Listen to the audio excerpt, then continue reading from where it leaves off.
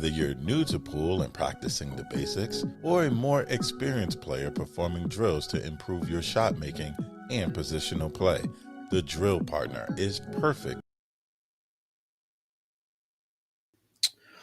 What is up, everybody? Welcome to an evening edition of Dogging It. Hope you guys are doing well and enjoying the beginning part of summer. Lord, where did the year go? I feel like it was just New Year's. Let me know in the chat if you guys can hear me and see me all right. It's probably my favorite topic of all topics to go and discuss. My favorite game by far. Talking one pocket this evening with two Hall of Famers, two legends, Steve Booth and Jeremy Jones. We got a busy week full of shows coming up. I think tomorrow we got that's right, some guy named SVB. You guys might have heard of him. We'll be having him on around lunchtime tomorrow, noon central. I got Federer scheduled for Thursday, so it's going to be interesting ahead of their match to kind of talk a little bit of one pocket with them as well, mainly talking about their rotation matchup coming up here in the next few weeks. I think it's like 2 weeks away, man. I got to get a ticket to Louisville. Also got Shane Tyree of the BEF and Sophia Mast coming on Tuesday. And then we got, I feel like I'm missing somebody. Wednesday, somebody else. They're going to be pissed. Okay. Anyway, I'll figure it out. Keep your notifications on. I'm going to bring these guys in. I kind of just ambushed them a little bit. Not too much notice, but they're pretty good as far as thinking on their toes. And that's part of the reason why I love them. In one pocket, Jeremy Jones and Steve Booth. Welcome to the show, gentlemen. How are you? Very good. Thank you, Mike. Well, Jeremy, we've had you on before. Steve, it's your first time, but I want to start off with congratulations on being inducted into the Hall of Fame, man.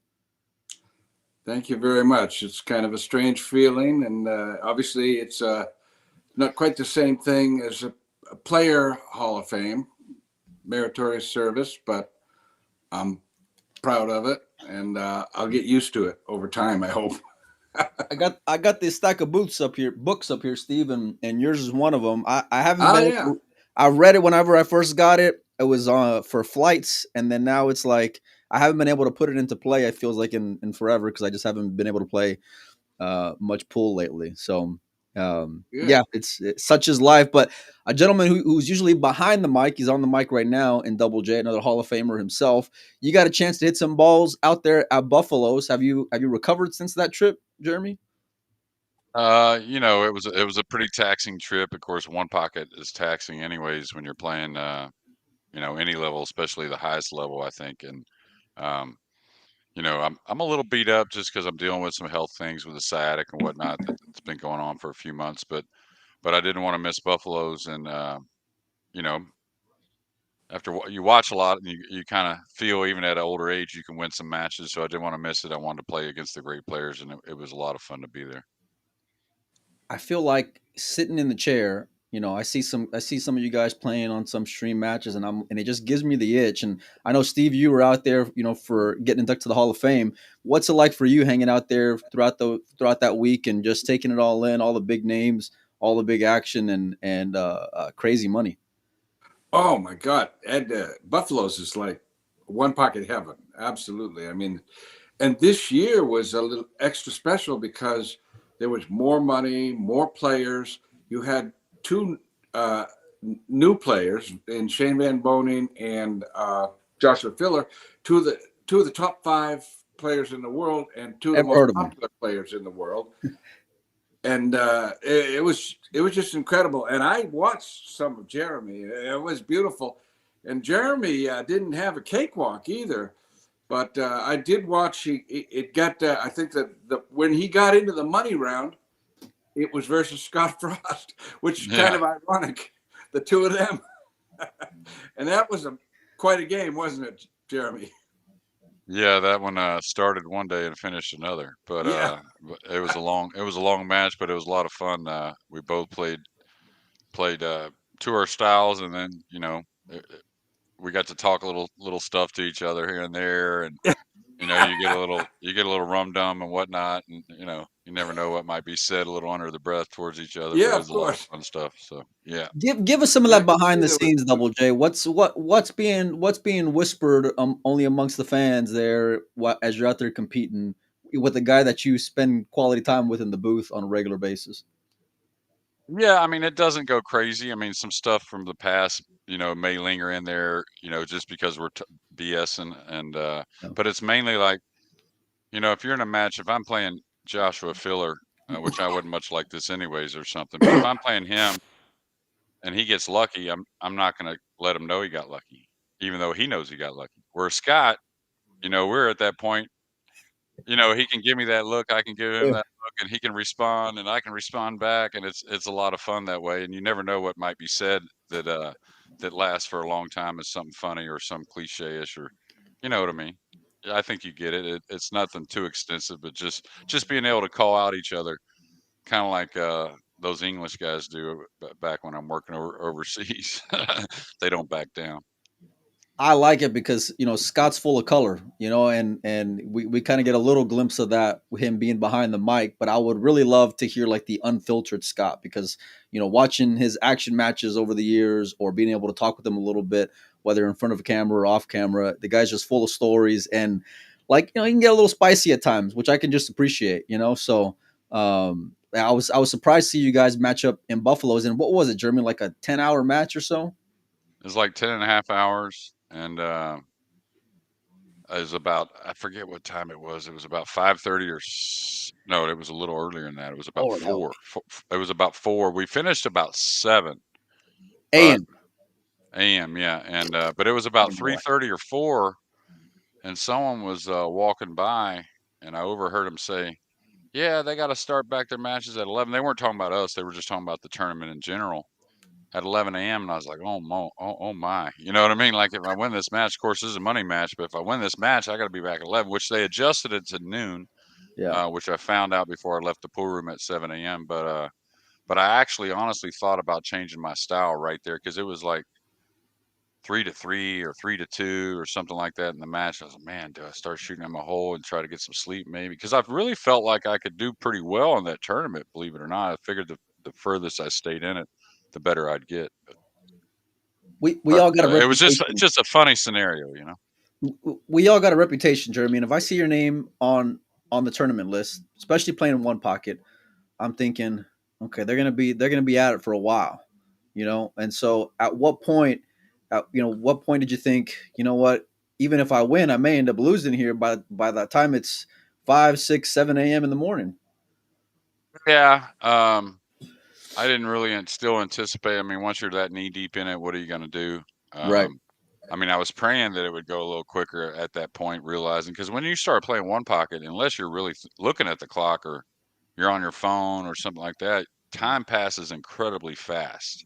It You does. you won't realize you're playing 6 7 hours already, and so as a money match, I figure I'd take my chances from there, but I did only get 2 hours sleep. So I was hoping to get about 4 at least before playing SVB, but it just so happened I only got about 2 hours.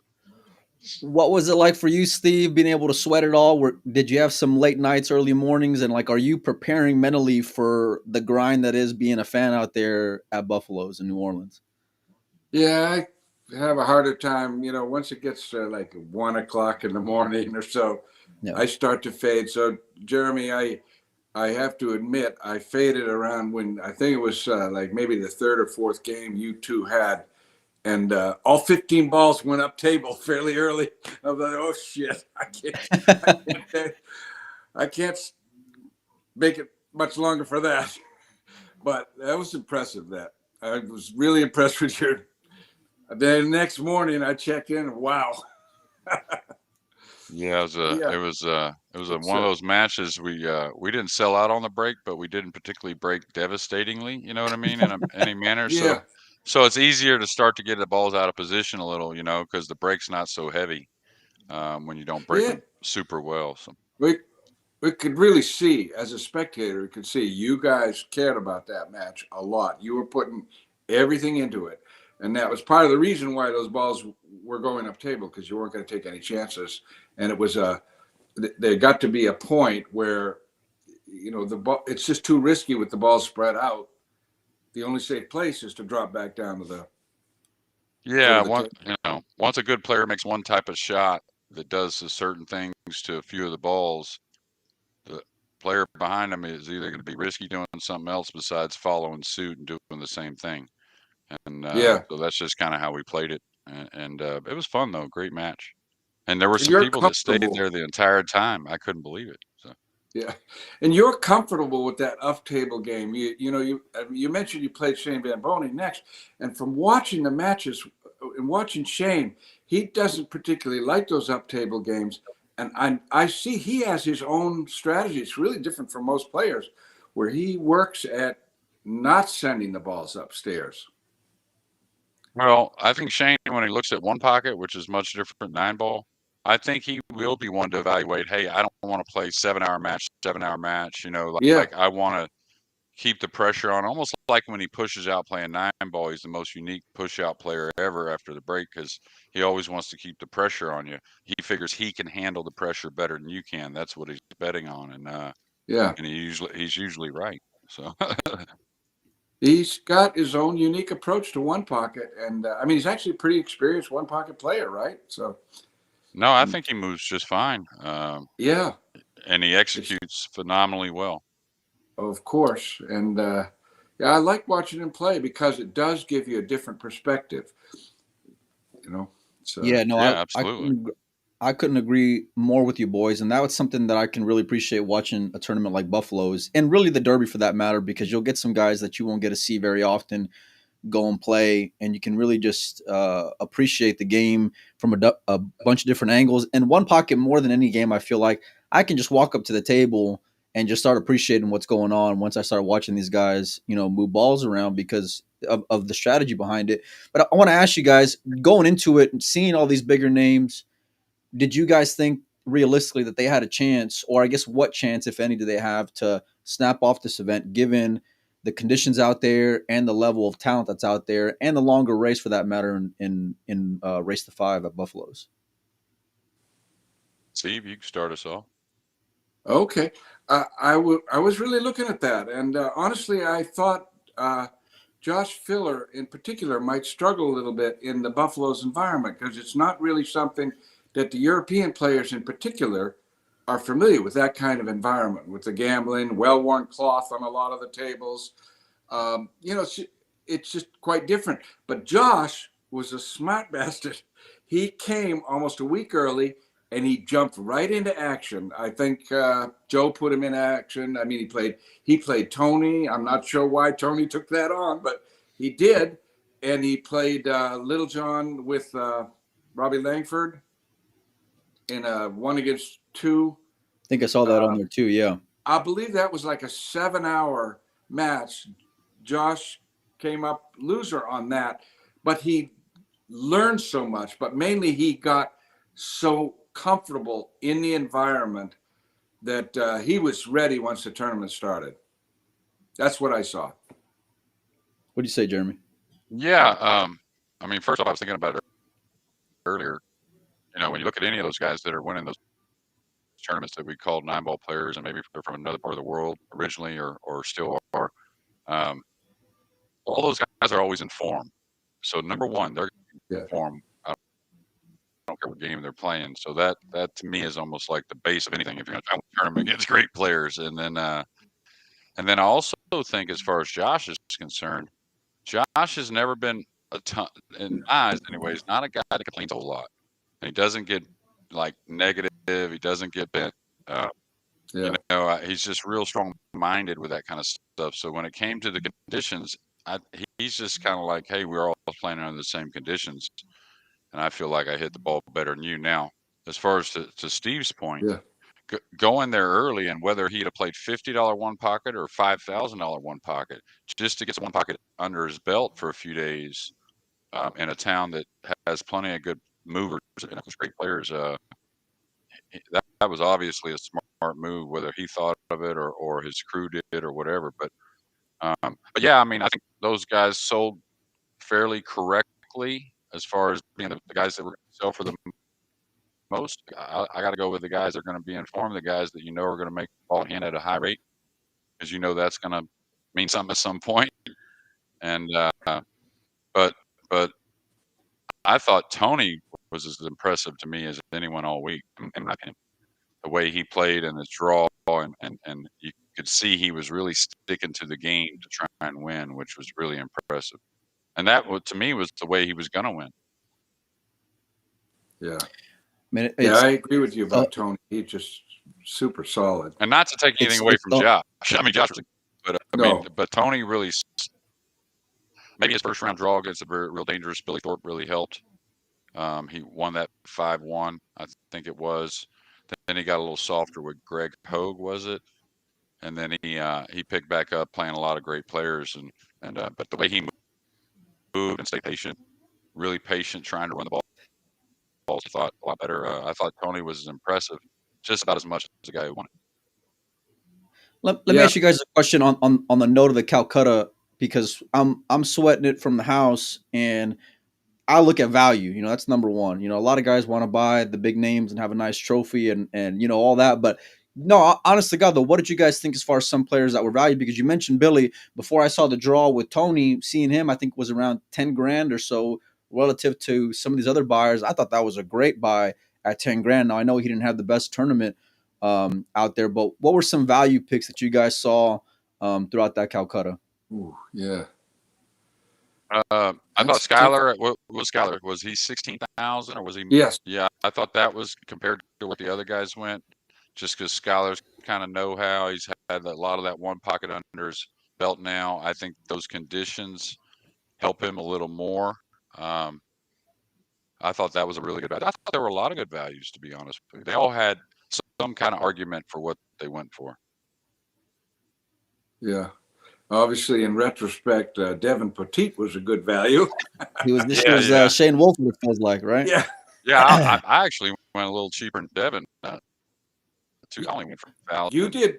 Yeah, you were a good value too, Scott. I mean, Jeremy. Yeah. Actually, lost Hill to Devin. She fell asleep at the wheel there about mid-match, and then he played real good finish. He played real sound. Yeah, he didn't let the situation intimidate him. That's what I saw with him. Do you feel like some of these guys who might go for more coin? I mean, I think we saw 1 year where Dennis went 2 and out, being one of the picks of the litter. But do you feel like these heavy Calcutta numbers put like more stress and more pressure on these guys, especially the bigger names? What do you think, Jeremy? I mean, I guess you could let it get in your head. Some of those guys, you know.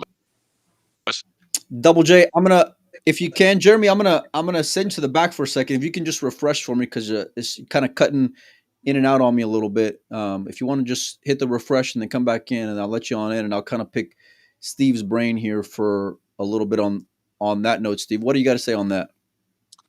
Can you remind me the question? Yeah, I was saying, do you think some of these bigger name players maybe will have a little bit more pressure just given the Calcutta numbers? Well, I think that for a newcomer like Filler, I wondered about that, you know, but apparently it didn't bother him. And the others, honestly, if they're going to go that high in the Calcutta, they're already used to it. They've dealt with it before in increments, you know, maybe not quite at that level. I don't know if Shane has ever gone for 46,000 in a Calcutta before, but he's had the same backer, right? John Mars for like 20 years, I think. I remember him for the Executive West at the Derby City over there. So I think Shane's probably pretty comfortable with it. And it's more like the new players that would probably struggle with it, or like Filler. But obviously it didn't bother Filler. Yeah, I mean, I think like looking at it, and when you start analyzing players, I feel like bringing up the pressure is a big aspect of it. But we've seen Josh in big money matches, and guys like Josh and Shane, while I'm sure they can get up to some degree when it comes to the money, like their competitive spirit is what, you know, makes that fire burn more than anything. If you talk to them, you know, it's like they just hate to lose. You know, they hate to lose, and so that kind of sting of losing a match, I feel like, is more inspiration than anything else. And don't get me wrong, I'm sure taking home an extra whatever it was, $150 back home is going to be worth it. But it's just like, man, they're ultra competitive. And Jeremy, you've been around these guys playing for big titles and big spots. And would you agree that it's more of like, it's not so much the cash versus like they want it, man? speak from my own experience. That's just how I've always been all life. Well, we might still be having a hard time with your signal here, Jeremy. Maybe try rebooting if you can, and then I'll try doing the same thing, bringing you on here, bringing you on back over here. Let me see. Let me just send you to the back here. Sorry about that, Steve. Lots of other one pocket to kind of get into, and I want to pick your brain a little bit on Alex, because Alex was someone that was probably an argument to go top 3 or 4 in that Calcutta. Always a favorite, despite his tournament performances over the last couple of years. But I want to get your take on Alex not being there, and what were the thoughts of some of the players and buyers and just one pocket enthusiasts, him being out of that tournament. Yeah, it was a big disappointment, I'd say, not having Alex there, because it's certainly in like the challenge matches, nobody's beaten Alex yet. I mean, Right. he's still the top lion, whatever you want to call it, until somebody knocks him off. Even though right now I think it's been a little while since he's been in one. Honestly, I saw him at Derby City in January. I thought it was the first time he didn't look like 16 or 19 years old. He finally looks like an adult. I hope that's not a bad sign for him. It took a long time. Yeah. It's amazing. The killer pixie there. He's finally, I think, outgrown the killer pixie. He's just a lion now. No more killer pixie. Well, without him having been in action a little bit, I know the last few times we've seen him, I think he's given Tony, like, what was it, 9-8 or 10-8. The last couple of times they've played something decent.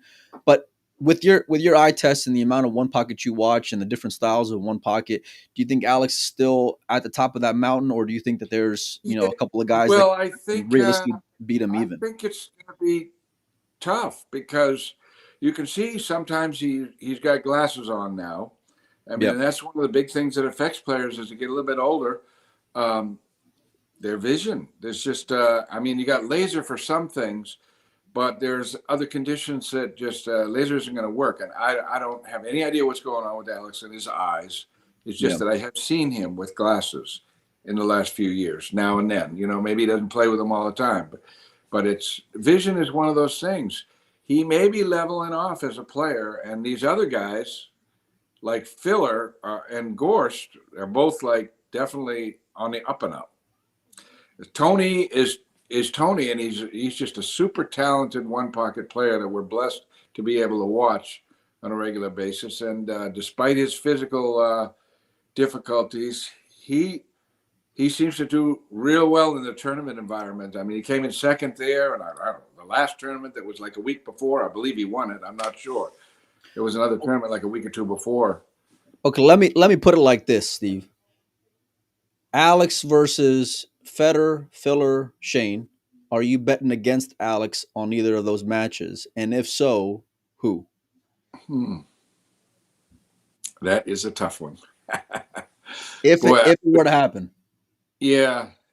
No, I would not bet against Alex, except possibly Filler. And I wouldn't do, if Filler, I'd want Filler to play a little bit more one pocket, like give him more time to prep, right?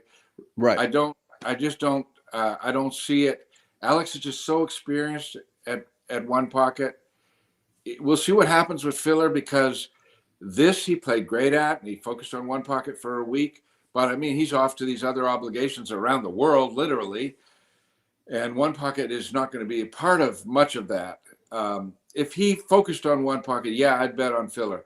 But in the meantime, I'd be sticking with Alex. Alex, he's got those top-notch execution skills, and his knowledge and moving is second to none. He doesn't give the opponent much to shoot at. He really limits them. And then when he gets a shot, he makes the most of it. What about Federer? I feel like that's more realistic to happen versus the other two, at least right now. Or when I say right now, I mean like in the next year or so.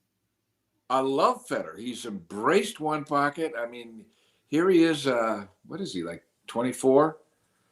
And he's absolutely embraced one pocket. It seems like, I don't know if it's his favorite game, but it's got to be right up there, because he seems to look for one pocket, and that's one of the things I look for in terms of whether a player embraces the game. and he's still in the learning curve, but his execution is amazing. I'd probably give Alex the edge, but only for another year or two. Then, It because Federer is positively working on the game. We don't know if Filler will, but Federer is. Yeah, that's a fair point for sure. And I feel like these young phenoms are just such sponges. They just absorb so well. Double J, if you can hear me, check your camera settings for me, my man. But yeah, they just absorb so much and they can adjust as needed. I feel like. Plus, it doesn't hurt the fact that they are in their early to mid 20s either, Steve. Especially playing these longer sets or longer matches, or Yeah, in this case, long tournament. You see, Double J's getting his stuff situated. But on the note of that, look, I'm going to try to get Alex on the show. I know he's out in China. Federer, we're going to get him on Thursday. Tomorrow, we'll get on SVB. The SVB one is a little tough for me because Shane can be a little temperamental. It's about how engaged Shane is in the match.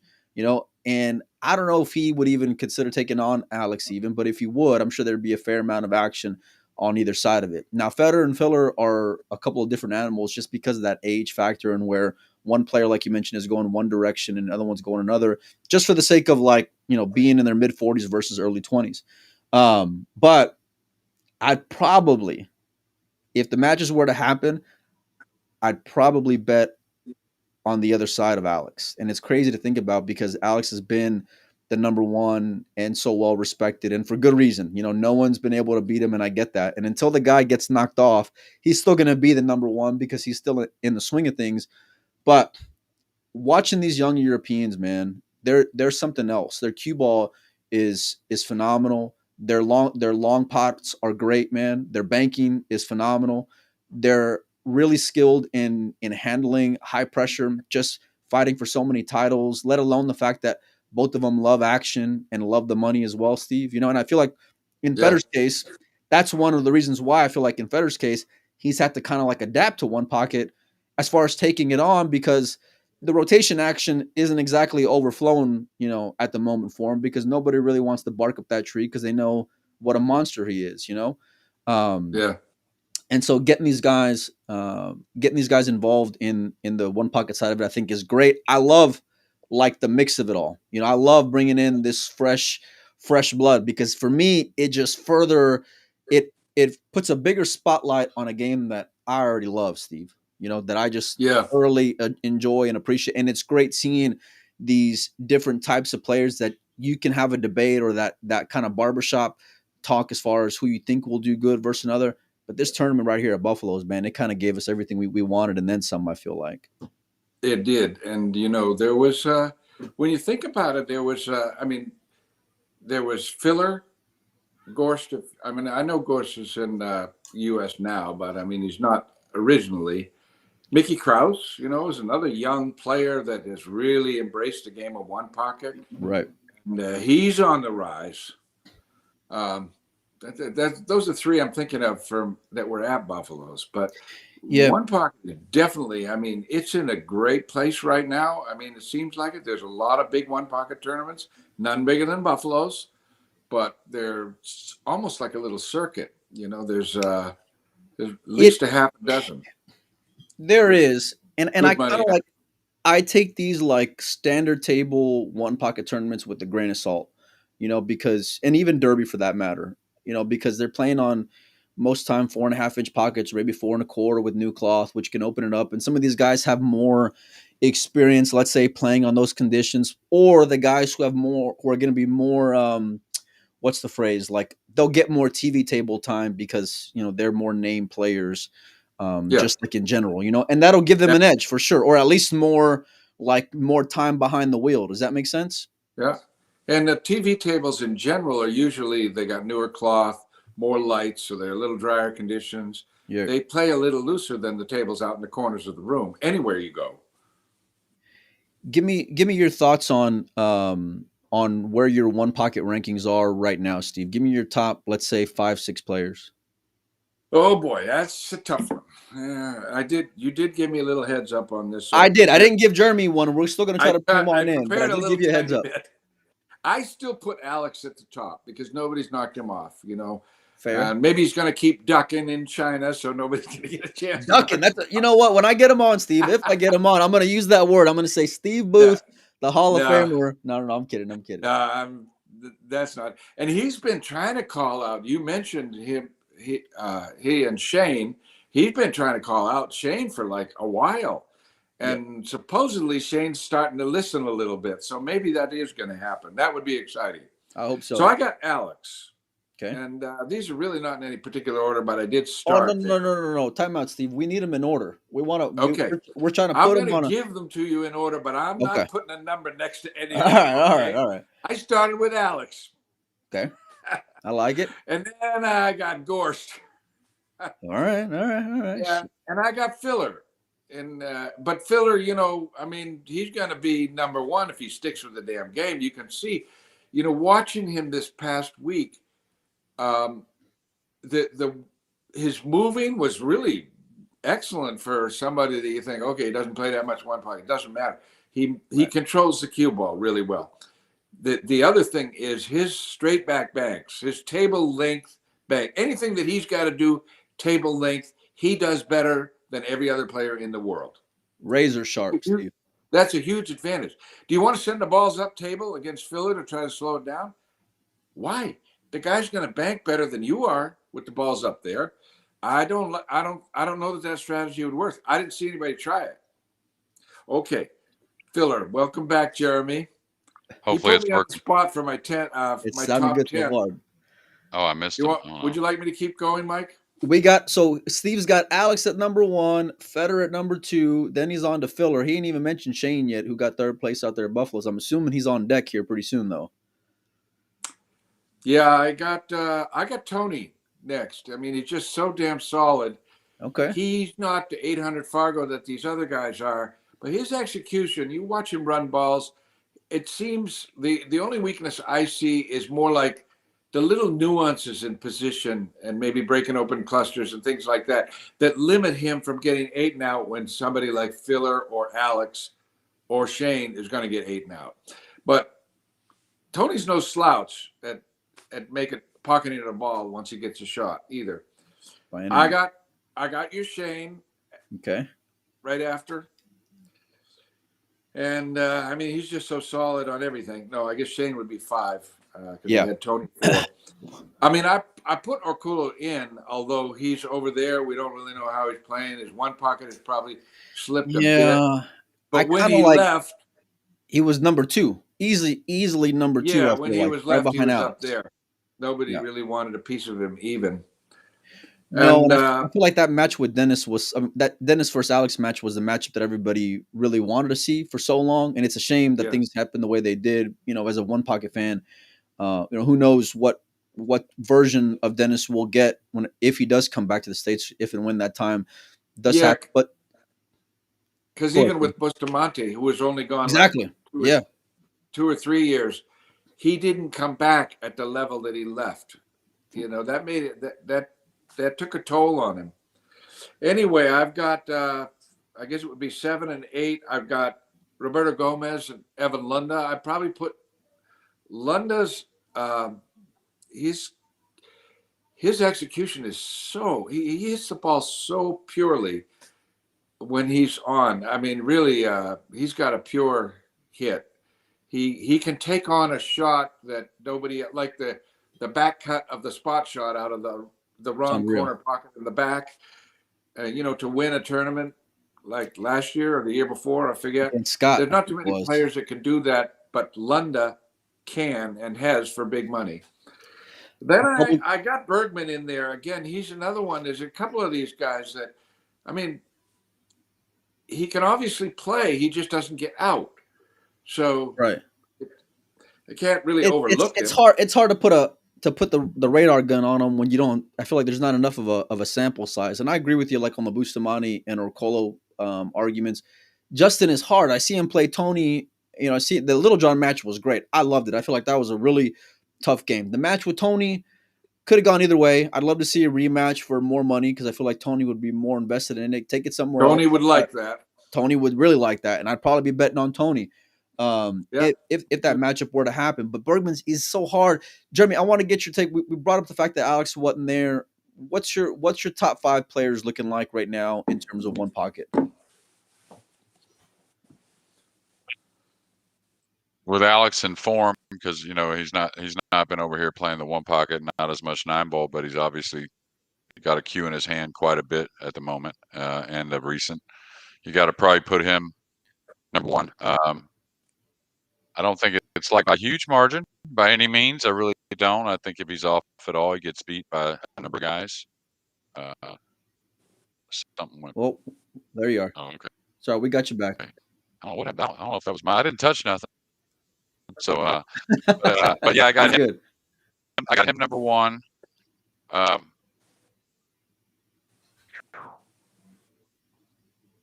mean, maybe I don't necessarily put Federer right there. I don't think at number 2. I really don't. I mean, you talk about a sample size, a little more sample size, and we might have Filler ahead of Federer. I don't know. Really?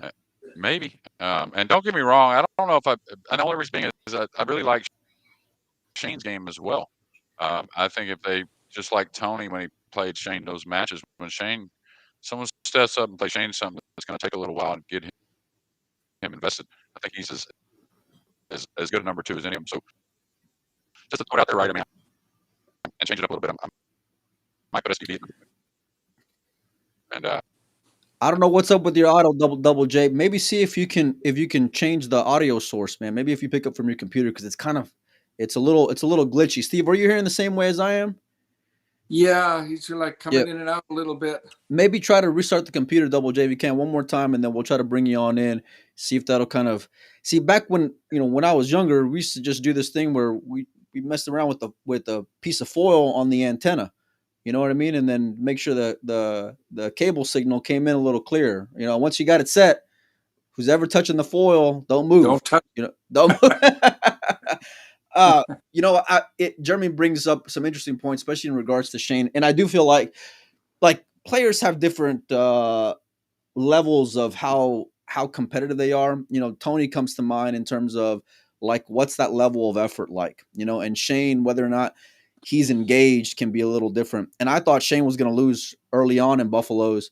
I think it was to Evan, which was his first round matchup, and I thought Evan had Shane where Shane was about this close to checking out, because I've seen it on Shane whenever he's playing rotation where he can kind of be slumped in the chair and can kind of just a little sluggish or shruggish, whatever you want to call it. And I thought Evan had him by the balls a little bit, but Shane ended up squeaking away with one, ended up parlaying that into a 3rd place finish. But this is why I love One Pocket, though, is just the debates that you can have before you actually get to see these matchups. On to Jeremy's point, I'd probably put Shane number 2, and I don't think any of those guys would like playing him if Shane was engaged. But if he's not engaged, it's like, man, 2 through 4 are tough, Steve. Federer, Filler, Shane, and it's no disrespect to Tony, but seeing Shane beat Tony is why I would probably bump Tony to number 5, personally. But boy, I tell you what, if they were to really have, let's say, like a 50,000 a man buy-in or something, there wouldn't be too many guys that would be willing to throw up the money, and I'd probably be betting against somebody with the European background in Federer, Filler, if I'm being honest with you. They're super tough. Those races, no matter if they're longer or shorter, are going to be in their favor, I feel like, because of the age and endurance factor. Let me see if I can get Jeremy back in here. Give me 1 second. Double J, can you hear me? Nope. Okay, we'll try to send him on back. Let me take a look because talk about Shane's endurance. That race to 120 with Gorst. Gorst was out in front every day, but then the last hour and a half, which was like at 3 or 4 in the morning, it was all Shane Van Boning. The guy has crazy endurance. He, you know what? For being, I think now he's 41, he really does.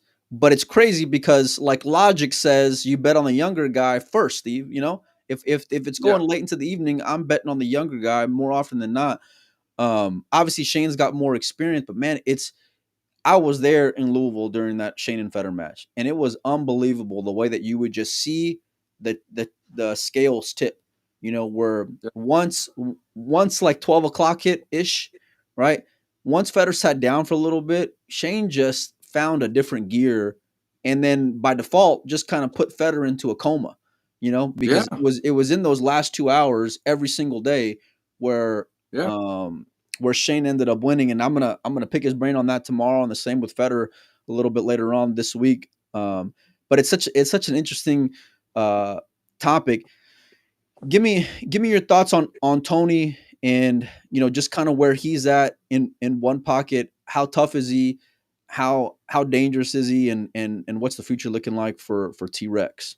Well, Tony, in a way, he's a bit of a throwback, like Ronnie Allen or something like that, because like he really is a one pocket specialist. I mean, not Yeah, that he can't play other games, right. obviously he can, but I mean, he's really a one pocket specialist, and he has so many shots in his repertoire, way more than pretty much any player. And people say Tony doesn't practice. Well, I know Tony practiced real hard for years and years growing up. And you see some of those wild shots he plays in one pocket. I'll bet you pretty near every single one of those, he's played it. Like he's set it up Yeah, and he's played it. He already figured it out quite a long time ago. He's really a special, and that's why he's so great to watch, because you're just watching uh, all this one pocket knowledge and creativity. It's you don't get that with any of the other players to that level. That's what I'll say about Tony. yeah. I And couldn't. somehow, despite his health, look at how well he does in these tournaments. Yeah, I mean, if you, I brought up the debate as far as standard table like standard table tournaments versus like Buffaloes, where I feel like it's more one pocket focused. And Tony, to his credit, I mean, the guy can snap off a 4.5 inch pocket tournament and then go off and be in the finals of Buffaloes, all with why you said dealing with some medical issues that are tough for him. And if you see Tony out of the tournament, you'll see him kind of walking around a little gingerly, and you can tell like it's tough on him. He's not putting on an act, or he's not bullshitting anybody, And so for him to be able to have that type of performance, number one, was inspiring. But I like it because Tony's not willing to give it up. Tony's No. gonna, and it's special to see when you have that mix of Tony being inspired versus that creativity that you were just talking about. Because I love watching Tony play. I love seeing him, like he'll come up with stuff where I'm just like, I mean, I'm just sitting back there and I'm cheering like I would be at a baseball game or a basketball game, Steve. Whenever I see some of his selections, and more importantly the execution, because I'm like, where did that even come from? And Yeah, but it's by you need design. you need the replays for watching him. Yeah, yeah, And you need it for the other players too, absolutely. But I'm going to mention one thing. I'm going to bring in another little angle that is not an answer to the question you just gave me. But sure. I want to mention the One Pocket Hall of Fame, because the reason I am is Tony. Tony is an example of why we have a One Pocket Hall of Fame. We started it because of people like Ronnie Allen, Grady Matthews, that are one pocket specialists. They're not going to ever be in the BCA Hall of Fame. So Right. Tony's a living example, right in his prime, of that kind of thing. That he's not going to be in the BCA Hall of Fame, but we've got a Hall of Fame for him, and he earned it, First, like Jeremy Jones. first Now, ballot Hall of Jeremy Fame for Tony might for sure. make the BCA Hall of Fame, but Scott Frost, Tony Chohan, they got a tough crack at the BCA Hall of Fame. So, and that really is why we have the One Pocket Hall of Fame. There's my little digression. I like it. I like it, Steve. Jeremy, can you hear us all right? Man, I went to the phone. I hope this works. It works, and I can hear you. I can hear you perfectly. Now I want to Okay, just great. right off the bat kind of get you up to speed here. Let me ask you the same question I asked Steve. Federer, Filler, Shane against Alex. Are you betting against Alex on either one of those? And if so, who? Uh, And I'm talking well, like a healthy race, race to 21, 28, whatever, 30, whatever you want. Like, not a race to 2 or 3 or 5. I mean, some might say it's apples and oranges, but I don't think it is. I think you could relate that to like a Bergman beating Tony not long ago with that small sample size you were talking about. Yeah. Even though y'all couldn't hear me, I was listening, by the way. There you go. Um, as much as I could without panicking too much. But yeah, yeah. I mean, any of those guys could win for sure. I think the one that would come to mind to win easiest is Filler, just because it's almost like, I love the way Tony played. There's one shot, and again, he's going to live going down the way he played because he executed really well. But in that the last game, when he decided to put the pressure on and go the end rail and leave that 13 ball to cut in, that I knew Filler was going to shoot at it, even if he was froze on the rail, being able to go into the pack there. But Filler's the type that's just got the nerve to do it. He understands how to win when he needs to win at the game and who he's playing to maybe make that decision. So I think it would be Filler to me that would upset Alex a little more before the other two. Would you still like if so I guess you would be betting if you're going to go and put a couple bills on it, you'd be betting against the other side then on Filler versus Alex. No, I wouldn't say that. Now, I mean, no, that's why I said That's what I Alex got is. out of it. No, I thought you said which one could really, logistically, Oh no, which well, I one mean, like, would you maybe bet against him? Like yeah. there's a possible, or maybe not bet on Alex necessarily, Look, the whole I'm household not and saying farm that and all like, that, but look, Alex is great, and I know he's a monster. I know why he's regarded as number one for years. He's been the number one, and it's been like undisputed, And I think even if you were to ask the greats like a Shane, which I have, and even Dennis for that matter, even a few years ago, whenever that debate was more up in the air, it was without question. I just feel like, and I hope to get Alex on to kind of have this discussion with them further, but I feel like that gap's kind of closed a little bit over the last couple of years. Federer's closed that gap. Seeing Josh, I know it's not a whole lot that we've seen.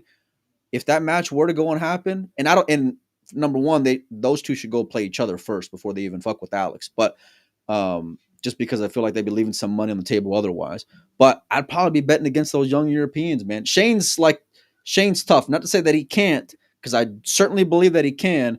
It's just a matter of if the bet's right for Shane, and if Shane can stay in that like 10, 12-hour grinding double J Calderon style of one pocket where like he's willing to play the game, then that's wherever I would take Shane. Otherwise, I feel like Alex would go and beat him. But call me crazy. I don't know. no, I agree. I agree with you that the gap is definitely closed. That's for sure. Um, and Alex, I think, is probably hitting the ball as well as he's hit the ball in a long time. I think it's gonna. I think when it comes to SVB and Alex, I think Alex would play a little more mentally on SVB, a little more taxing on SVB Yeah. than he would against Filler and Federer. I think Filler and Federer, it's just whether that's 20 years of respect of knowing Alex a little more than those other guys have known Alex and seen what he's done, Completely and fair. maybe dismantled SVB just like he's dismantled every player in the world playing one pocket before. Well, he's got So some scar tissue from Alex, because well, yeah, they've and done. hey, even if you hadn't played him, you're going to have a little scar tissue if you look over and Yep. you got to play Alex Pagulayan. Right. It's just going to be there. So, but I agree with that. I think that assessment is really good overall. Sky. I feel like, and I want to get y'all's take on it. I feel like Sky is like right on the cusp of just kicking down the one pocket wall and just can really be like within that same conversation. Now, I don't think he's there yet, but I feel like if he were to be a little bit more, I don't want to say engaged, but just maybe dedicated to one pocket a little bit more, he's got all the right skill set, age, execution, enough knowledge to be able to defend himself, along with the exceptional banking ability to really give any of these guys a run for their money. Again, he's a little bit on the ways off, but I want to get your take on where he's at. And Steve, I'll start with you. Yeah, I mean, I love watching Sky play.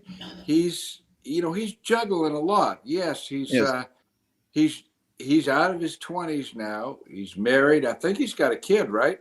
he's got two. Two. Yeah. Two. Yeah. Okay, two. That's a handful. Yeah. Yeah. That comes into play. I think for Sky, it might just be that trying to work that much more one pocket into a life that's really full and wonderful with other things. I just don't know if he can do that. He something would have to give, and I would hate to be the guy to suggest that he give up, less of this or less of that to add Right. more one pocket. But he's got the talent, that's for sure. To your point. What do you say, Jay? Yeah, I mean, I always talk about it. Nine balls, comes up on the big table. These funny little situations and shots, just because of him playing all that 7-foot pool, that you get these unique situations through the years. And I think he's got a very keen mind. Um, Agreed. he's if he would have been around like I was around Houston, of course, growing up playing pool, and that was a big one pocket city, kind of like New Orleans. But if he was in the right setting where he could play locally, to where he could start to fall in love with it more, I think he likes it. Kind of like he's in the closet about it. Kind of like he's on the verge of really Yeah, liking yeah.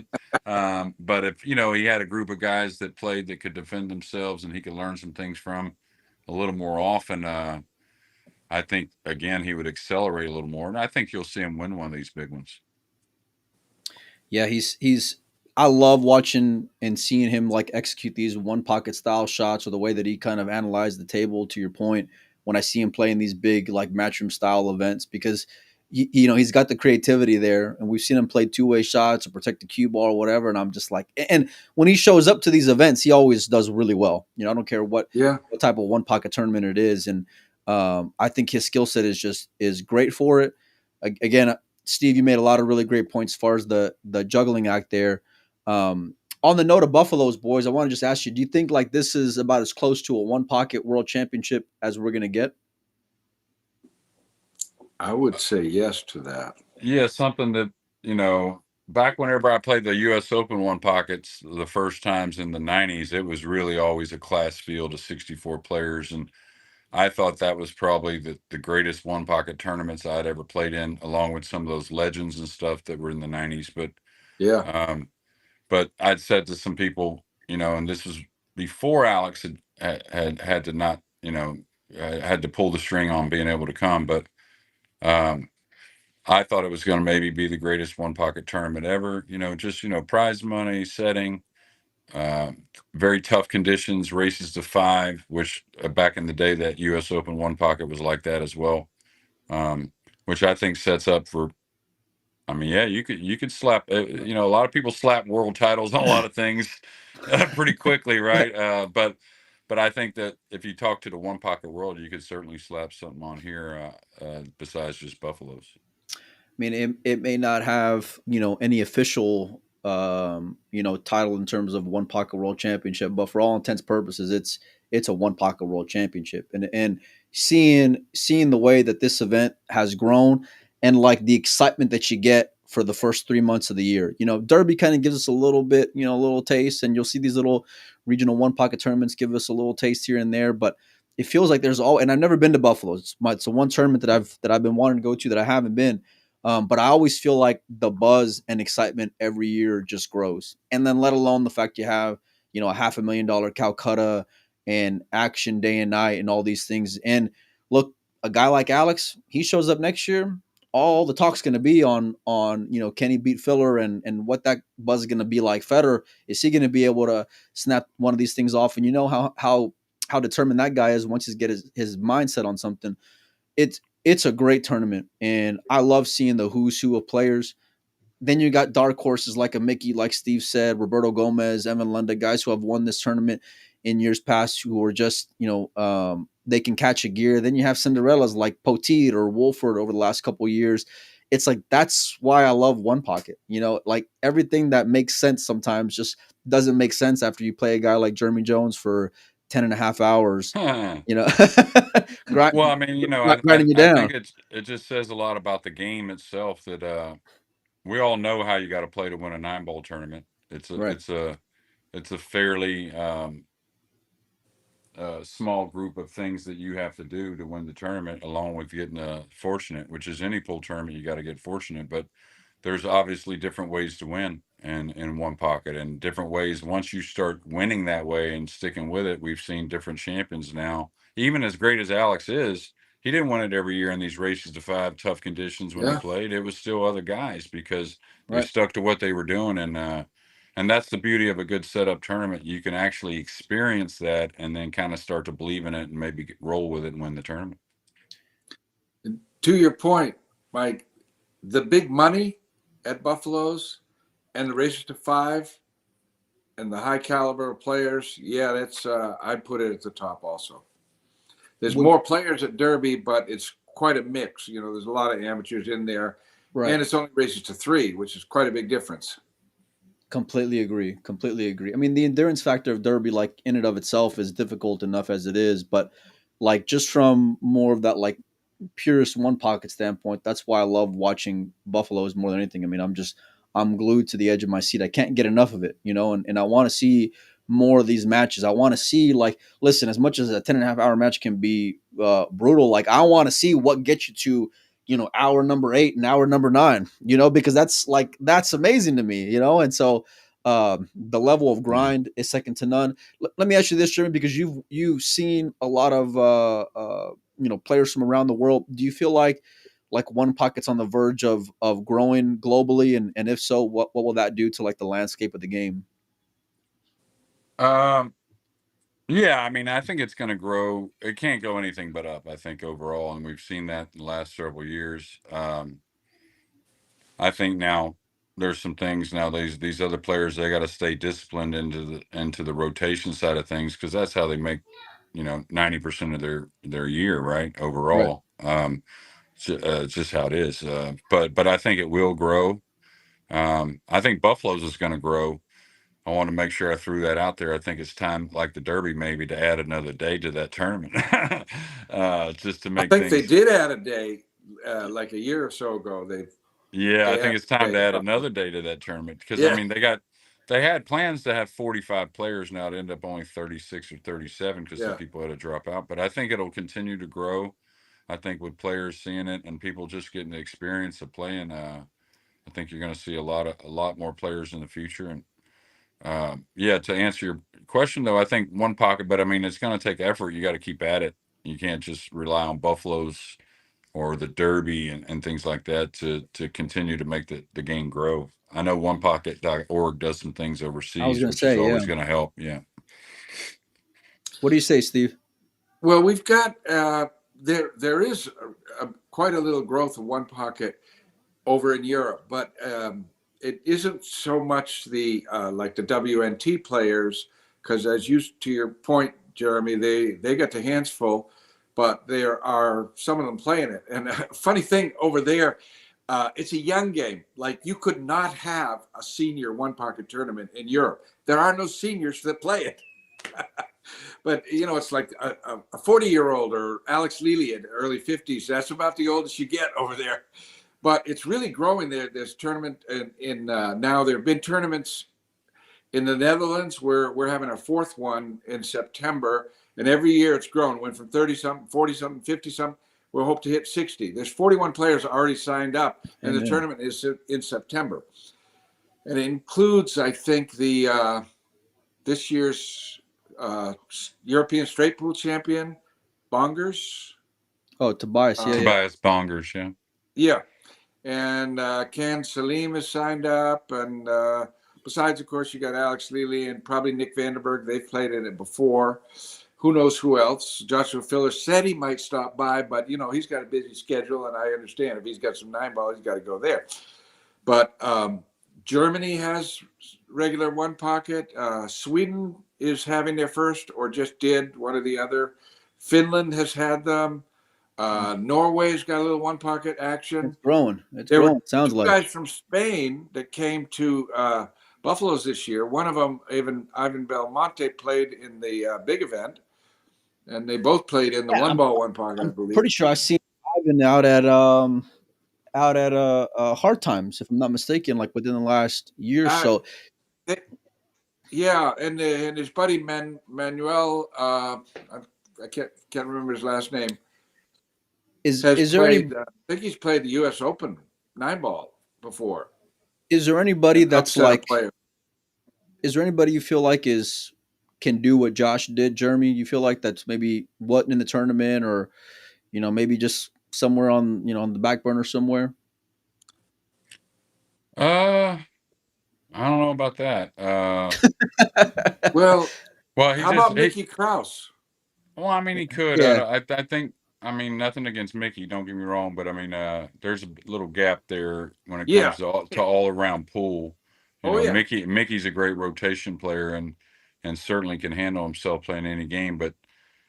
And that's why I said I don't know about that. Like just Yeah. because Josh is just another one of those real special guys that it didn't take long for him to start to understand things like banking the ball and moving the cue ball and doing this and why that, and it's just he's just a very accelerated human that's super talented. That so I don't see that at the moment, Mike, right off the top of my brain. Now you might Yeah. throw a couple things out there that I might say, yeah, maybe, I guess, but I don't And know. and if you're talking about comparing the standard of Joshua Filler, that does make it pretty damn tough. That's a high right. bar. No, and you're absolutely right, Steve. But like for a lot of years, these were some of the guys who we were hoping would come to Buffaloes. That we were Yeah. hoping we're gonna play this tournament because you wanted to kind of see, like, listen, you know what the upside is, but you're never gonna go and give him like the true credit until he goes and does something, which Josh, to his credit, did. I mean, he lived up to the hype and snapped off the whole place. But it's like I think about some of these guys where, and to Jeremy's point, I'm kind of in that same boat, like kind of thinking about it. I'd love to see some of these guys who we've seen play one pocket before, who maybe aren't known as traditional specialists. I'd love to see a guy like Levan or Carlo, or bring in more Yeah. Filipinos and Yeah, guys like that. Of Chua course, maybe Chua, real talented, super talented kind of guy, right? But yeah, Yeah. yeah. But it's hard because the one thing with Federer and Filler is so unique. It's like if I just take their banking ability in a vacuum, it's elite. If I just take their cue ball in a vacuum, it's elite. Plus the pocketing and it's like they got the perfect Yeah. storm. I don't think anybody's like that out there in the world like them, but man, I'd love to see some more blood in that water, man, because it made for a fun tournament. Like I'd love to see that Shane Evan matchup, but like 16 matches deep. You know what I mean? Where it's just I like, think Kachi would be great at the game just because he's so keen tactically. Now it might take a little while, but and maybe a better way to answer your question on that is, for like say, let's think of next year's Buffaloes yeah, for a second. And if you said to me, okay, Jeremy, would you think a guy like a Mickey Krause, or maybe let's just pick one of those guys we just said, like a Chua, went and played? I would think a guy like Chip Compton might win. A real experienced one pocket player might get in groove and win before those two win. You know what I mean? Like someone yep, that's on the other side of the spectrum that's going to be a mover more, but still a young guy that can knock the ball in nice, something like that. yeah. That's how Well, I would think about it. That's how far Filler is and Federer and whatnot. So Well, that's why I love like the styles of one pocket, because a guy like Chip would, really grind a shooter like a Chua or even a Kachi, or let's say Jeff DeLuna or whatever. You know what I mean? Where if you were to pick him in rotation, you'd bet the other way, right? But like in one pocket and the styles of it all, I feel like that'll suit him versus in those types of matchups. But that's where the beauty of the game is for me. That's where I love seeing the difference, especially at an elite level. Like seeing Shane be thrown into that mix was just awesome, and so yeah. it's an unbelievable tournament. Let me ask you boys this: Federer, Filler, and Shane versus the field next year. Who are you taking? well, I mean, if Alex is there and Tony, I mean, Tony didn't finish second on accident, that's for sure.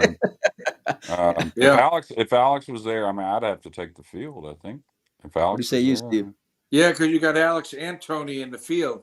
I would too, because you also got Gomez and Lunda and yeah. Look who's won other players. before, right? Justin Hall. Yeah. Let Justin Hall, Yeah. get himself. And that's where I mean about prepared and informed. That means a whole heck of Yeah. a lot, But if the And guys are in the right, mentally, I think they can win. and another player that we haven't actually mentioned his name at all tonight, but he could have gone into that top 10 list I went through, is Danny Smith. You just never Big. know. I mean, he's been a little bit out of the game for a couple of years, but the guy is super talented. Wasn't If he in he the comes finals last back year, to, Steve? Am I what's that? wrong? Wasn't he in the finals or semifinals last year? Uh, Uh, he was in the semifinals of another tournament, another one pocket event Yeah. pretty recently. he was in the Uh, final of one of the one pockets, but it wasn't Buffalo's. I don't think. No. no, No. yeah, but he's definitely still got it. I am really looking forward to next year and the fact that we had both Filler and Van Boning, and I am hoping that rubs off on some of the other players, as you mentioned, Mike, and maybe we'll see somebody else decide to get their feet wet over there because there's going to be a backer available for them. If a talent like Kachi wants to come over here and play one pocket at Buffalo's, somebody will step up and help him in. How about that? I mean, like, listen, if you're telling me what the upside is, and you already know more or less what that range is going to be like because of the money in there, firing 2 grand at it, I'd swing at it. For that upside that you'd go and get on. I mean, he'd have like everything would have to work together, and you'd imagine he'd be there like on some kind of value, especially in terms of the Calcutta. But Well, yeah, the way that he got to I come straight, in like Filler did a week early. yeah. Get at it. But But he's yeah, one of the few special ones I think could adapt to the game quickly and start to have some results. I think Kachi's one of the ones that could do some things out there playing some one pocket. I don't know if we'll but ever see it though. So by the You way, don't think over you in don't? Europe, we really have a fantastic advocate for one pocket in Alex Lely, and he knows every one of those players. He So does. you got to know that there's already a little whispering going on, and has been for a while. Whether they can make room for it in their schedule, yeah, that's the biggest if right there. Wouldn't you agree, Jeremy? oh yeah, those are busy They guys. got their plates full.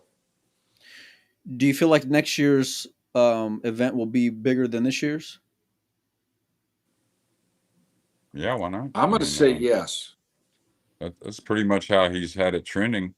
It'd be hard to bet against it, I would think. As long as the schedule isn't too conflicting with a lot of players and different things. It's the one thing that's a difficult task every year. It seems like in the pool world. Well, he You don't. does his Yeah. scheduling. His is always the same time of year, but he has no control over, somebody else. I was very happy to read that Emily Matchroom Fraser she made a comment about that I thought was kind of positive about one pocket and challenge matches and that kind of thing. Sort of like a little bit of a nod to the money side of the action side of pool, which I was very pleased to hear coming from that perspective. You got to give the tournament the respect it deserves, no matter, and like whether from the grind of it or the prize money of it or the level of talent that's there. And this is part of what I thought made this year so special, and there is plenty of room, I feel like, for I don't want to say improvement because that's the wrong word, but just growth, and whatever they've done out there, like, listen, you bring in it's that, to me, especially the action, all these things you hear about, it seems like it could be bigger than Derby when it's all said and done, or at least the way that's trending, because it can explode like that, and they've done a really great job as far as just growing that and really making it something special. The crowd was big there this year too. I mean, there is no charge for admission, but if there was, you'd call it the gate, right? The gate was big, and but he's got that side too now, so there's so much square footage, people can move around. He spreads the tournament matches throughout until you get to the later rounds, and of course, it brings it a little more into the front. But that was another thing. There was no problem watching matches. You'd get some matches would get a little deep that if you didn't have a spot, you weren't going to get one. But by and large, it was always something to watch, and there were good crowds everywhere. You got to have it. You got to have it for sure. I want to get you boys out of here on this later on this week. I'm getting Shane tomorrow at noon, and then Federer probably Thursday evening, maybe around the same time, 8, 9 o'clock. I want to get your picks on the big rematch, SVB versus Federer, a race to 120 in 10 ball. Steve, I want to start with you. Give me your winner and your eventual score. Well, I'm going to try Gorsh this time, and I'm hoping that he has, I don't know, done a little running, or something to build up his stamina, because obviously he's got the gear to compete with Van Boning. He just needs the stamina, and I'm hoping another year he's a little stronger. If his back holds up, I like Federer. Well, before Jeremy, you give me your pick. I want to talk about that for a second because it has been a year, right? But that stamina, at least from the eye test, and I brought this up to Jeremy before we went live.